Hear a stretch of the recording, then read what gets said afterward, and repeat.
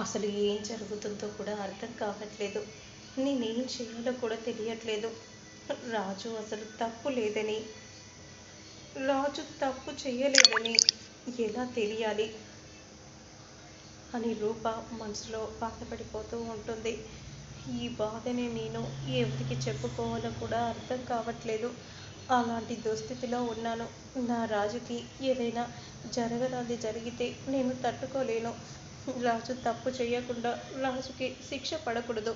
నేనేం చేయాలి, నేనేం చేయాలో కూడా నాకు అర్థం కావట్లేదు అని మనసులో రూప అనుకుంటూ బాధపడిపోతూ ఉంటుంది. జరిగిందంతా తలుచుకొని బాధపడుతూ ఉంటే అంతలో సుమ వస్తుంది. ఏంటమ్మా, ఏం ఆలోచిస్తున్నావు? పిన్ని, రాజు తప్పు చేయలేదన్న ఆధారం నాకు దొరుకుతుందా పిన్ని? రాజు తప్పు చేయలేదని నేను బయట చెప్పగలగనా పిన్ని? చెప్పు పిన్ని, రాజు తప్పు చేయలేదన్న నిజం ఎలా తెలియాలి పిన్ని అని ఈ విధంగా అంటూ ఉంటే,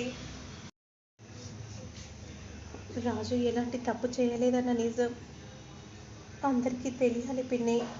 ఇంకా ఆలస్యం చేయకుండా మనం వెళ్దాం పదమ్మ అనే విధంగా అంటూ ఇక వెంటనే సుమను తీసుకొని రూప అక్కడి నుండి బయలుదేరుతుంది. ఇక మరోవైపు మాత్రం మందారాన్ని హత్య చేసిన దీపక్ అక్కడే ఉంటాడు. ఇక్కడికి మీరు వస్తారని నాకు తెలుసు రూప, అందుకే ఇక్కడ ఎలాంటి ఆధారాలు లేకుండా చేసేసాను అనే విధంగా అనుకుంటూ ఇక నవ్వుకుంటూ అక్కడి నుండి దీపక్ వెళ్ళిపోతాడు. ఆధారాల కోసం రూప అంతా కూడా వెతుకుతూ ఉంటుంది. ఎక్కడ కూడా ఎలాంటి ఆధారాలు రూపకి కనిపించవు. రూప బాధపడిపోతూ చూస్తూ ఉంటుంది. అమ్మ రూప, ఇక్కడికి వచ్చాము కానీ ఇక్కడ ఎలాంటి ఆధారాలు లేవు కదమ్మా. అవును పిన్ని. అంటే ఎలా పిన్ని? రాజుకు శిక్ష పడుతుంది పిన్ని. ఆధారాలు లేకపోతే తన చేతిలో ఏముందమ్మా? నీ ప్రయత్నం నువ్వు చేశావు, కానీ ఆ దేవుడు ఒకటనుకుంటున్నాడు. సరే అమ్మా, పద, న్యాయం ఎప్పటికైనా గెలుస్తుంది, నువ్వేం బాధపడకమ్మా అనే విధంగా అంటూ ఇక వెంటనే కోర్టుకి బయలుదేరతారు. మరోవైపు మాత్రం రాజుని కోర్టులోకి తీసుకొని వస్తూ ఉంటే దీపక్ మాత్రం ఎంతో సంతోషంగా రాజుని చూస్తూ ఉంటాడు. పాపం, అసలు రాజుకి ఇలాంటి పరిస్థితి వస్తుందని అస్సలు ఊహించలేదు. కానీ అనుకోని సంఘటనలు రాజుని ఇక్కడి వరకు తీసుకుని వచ్చాయి. ఆ మందారం చావుకు కారణం రాజునే అన్న నిజం లోకమంతా నమ్మింది. ఇప్పుడు ఎప్పుడెప్పుడు రాజుకు శిక్ష పడుతుందా అని అందరూ ఎదురు చూస్తూ ఉన్నారు. పడుతుంది, జీవితకాలం శిక్ష పడేలా చేస్తాను. నువ్వు నాతో పెట్టుకున్నావు కదా రాజు, నాకు రూపా దక్కలేదు, ఆస్తి దక్కలేదు, పైగా కోటీశ్వరుడివై మళ్ళీ తిరిగి ఇండియాలోనే అడుగు పెట్టావు. ఇప్పుడు నిన్ను పాతాళానికి నేను తొక్కపోతున్నాను అనే విధంగా దీపక్ అనుకుంటూ చాలా సంతోషంగా రాజునే చూస్తూ ఉంటాడు. ఇక మరోవైపు మాత్రం జడ్జి గారు రాగానే అందరూ కూడా లేచి నిలబడి దండం పెట్టుకుంటారు. ప్రొసీడ్ అనే విధంగా చెప్పగానే వెంటనే లాయర్ ఇలా చెప్తూ ఉంటారు. జడ్జి గారు, రాజు మందారాన్ని హత్య చేశారు, కానీ హత్య చేయలేదని అంటున్నాడు. సాక్ష్యాలతో సహా మన కళ్ళకు కట్టినట్టుగా మనకు కనిపిస్తూనే ఉంది. రాజుని బోన్లోకి రావాల్సిందిగా కోరుచున్నాను యువరానర్. ఎందుకంటే తనని కొన్ని ప్రశ్నలు అడగాలని అనుకుంటున్నాను. పర్మిషన్ గ్రాంటెడ్ అనే విధంగా చెప్పగానే వెంటనే రాజుని బోన్లోకి తీసుకొని రాగానే రూప బాధపడిపోతూ రాజు వైపు అలానే చూస్తూ ఉంటుంది.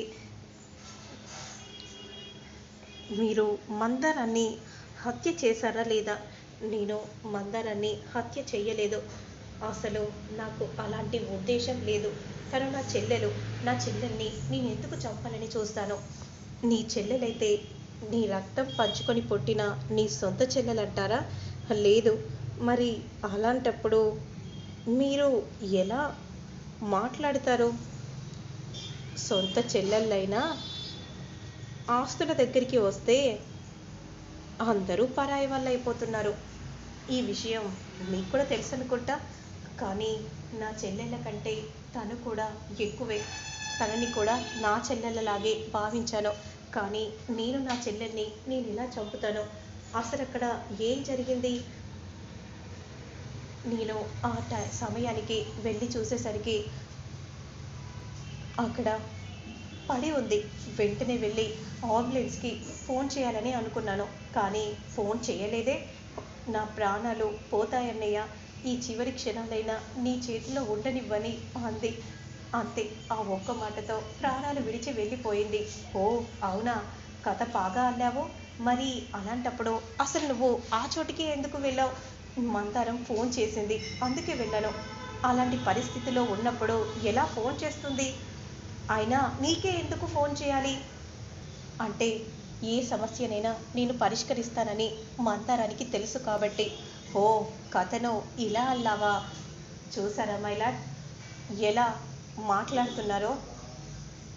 కానీ మందారం మందారాన్ని హత్య చేసినందుకు జీవితకాలం జైలు శిక్ష వేయాల్సిందిగా కోరుచున్నాను.